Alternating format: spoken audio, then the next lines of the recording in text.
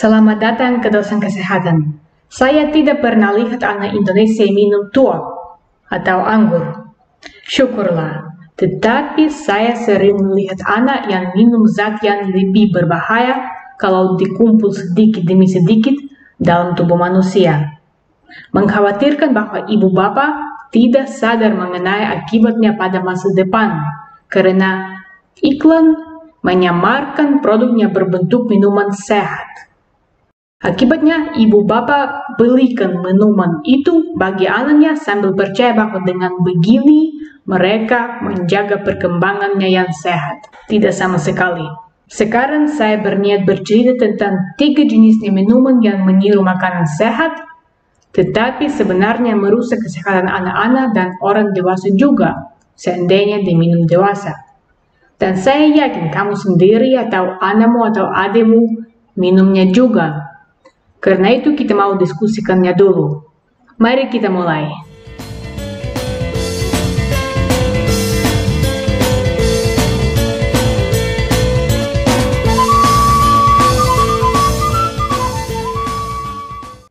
Yang pertama adalah jus. Nah, ibu bapak pikir bahwa jus baik untuk anak dan belikan jus jeruk, jus apel dan sebagainya. Karena pikir ada vitaminnya dalam jus. Tidak ada. Jus dari toko atau dari warung, dari supermarket adalah gula saja. Karena itu jus komersial bisa menjadi penyebab masalah dengan pankreas pada anak, perilakunya yang tak terkendali, terus ada pemborosan zat gizi yang disimpan dalam tubuh, apalagi anak mulai menderita karena masalah gigi seperti rongga. Saya bahkan pernah lihat bayi minum jus. Ide yang terburuk. Kamu bisa pikir, gimana? Jus jeruk ada vitamin C-nya kan? Tidak ada. Semua jus komersial dipanaskan dulu atau ditransformasikan menjadi bubuk. Setelah itu tidak ada vitaminnya di sana. Banyak vitamin, terutama vitamin C, langsung rusak ketika dipanaskan. Jadi vitamin yang dikandung dalam buah kosong dalam jus komersial. Oke, tetapi gimana dengan jus yang disebut sebagai minuman yang dilengkapi dengan vitamin? Junk sama sekali, karena tubuh kita hanya menerima vitamin dalam bentuk kompleks dan organik, sementara jus vitamin hanya dilengkapi dengan vitamin buatan yang murah. Jadi gunanya untuk tubuh kira-kira kosong, sementara ada banyak dampak berbahaya karena gula.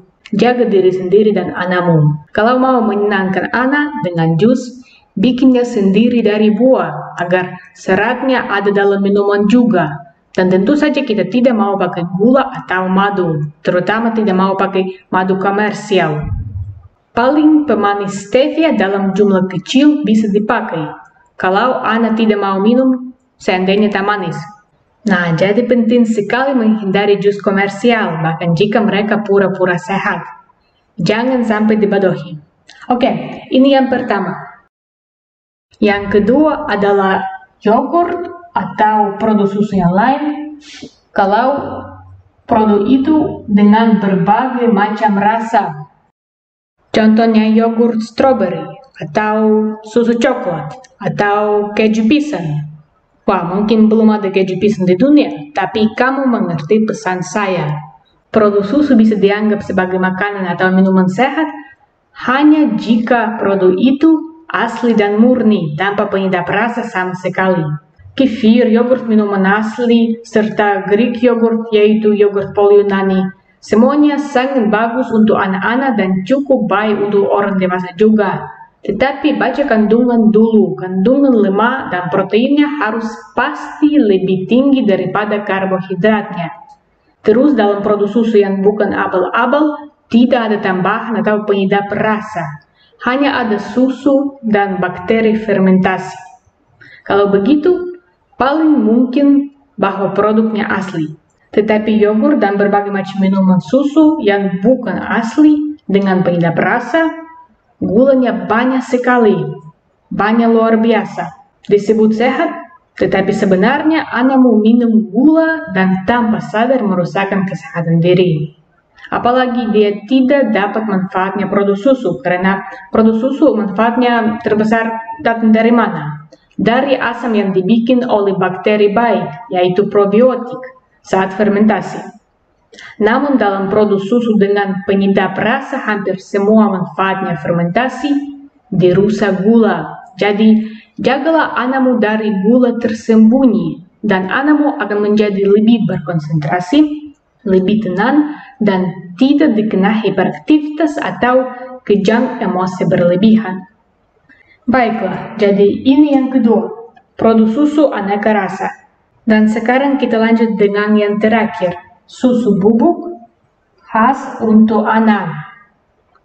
Biasanya dalam iklan disebut sebagai minuman sehat yang membantu anakmu tambah besar dengan cepat, apalagi dilengkapi dengan vitamin dan mineral. Cairan pertumbuhan anak. Iklan yang bagus, tetapi pesannya kosong. Pertama sekali, minuman begitu mengandung setumpuk gula juga.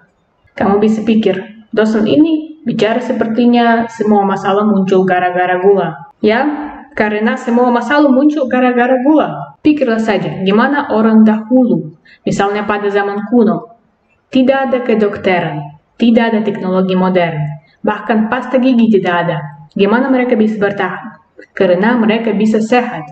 Semua makanannya hanya makanan sederhana dan alami.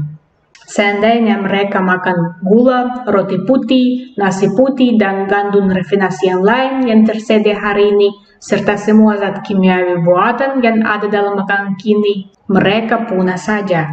Kalau mereka menjadi sesakit orang kini, mereka punah tanpa kedokteran modern. Dan bumi diduduki hanya oleh hewan pada sekarang dalam alur cerita itu. Oke, ini penjelasan yang singkat kenapa hari ini ada paling banyak orang sakit. Mari kita beralih kembali ke susu bubuk bagi anak. Karena di samping gula dan pemanis buatan yang lain, dalam susu bubuk bervitamin atau pertumbuhan, sering ada zat berbahaya yang lain juga. Yaitu misalnya minyak atau bubuk kedelai. Kedelai dalam bentuk itu, kalau masuk tubuh manusia mulai meniru estrogen yang buruk. Akibatnya gangguan dalam seluruh sistem hormonal. Bahaya pada semua umur. Jadi kita bukan hanya hindari kedelai tadi fermentasikan dan kedelai GMO, tetapi juga produk yang mengandung kedelai begitu. Coba baca huruf kecil di kotak susu bubuk pertumbuhan yang pura-pura sehat. Paling mungkin di daftar kandungan kau temukan kedelai. Terus banyak orang senang membaca di kotak. Susu bubuk dilengkapi dengan vitamin B, kalsium omega 3 dan sebagainya. Semuanya adalah zat sintetik, bukan vitamin, lemak, dan mineral yang benar-benaran. Seandainya mau vitamin, mineral, dan lemak benar-benaran, membeli, menangkap, atau memanen makanan yang benar-benaran. Gampang dan sederhana. Opsi yang kedua adalah food supplements. Food supplements dengan minyak, vitamin, dan mineral yang bermutu dan organik.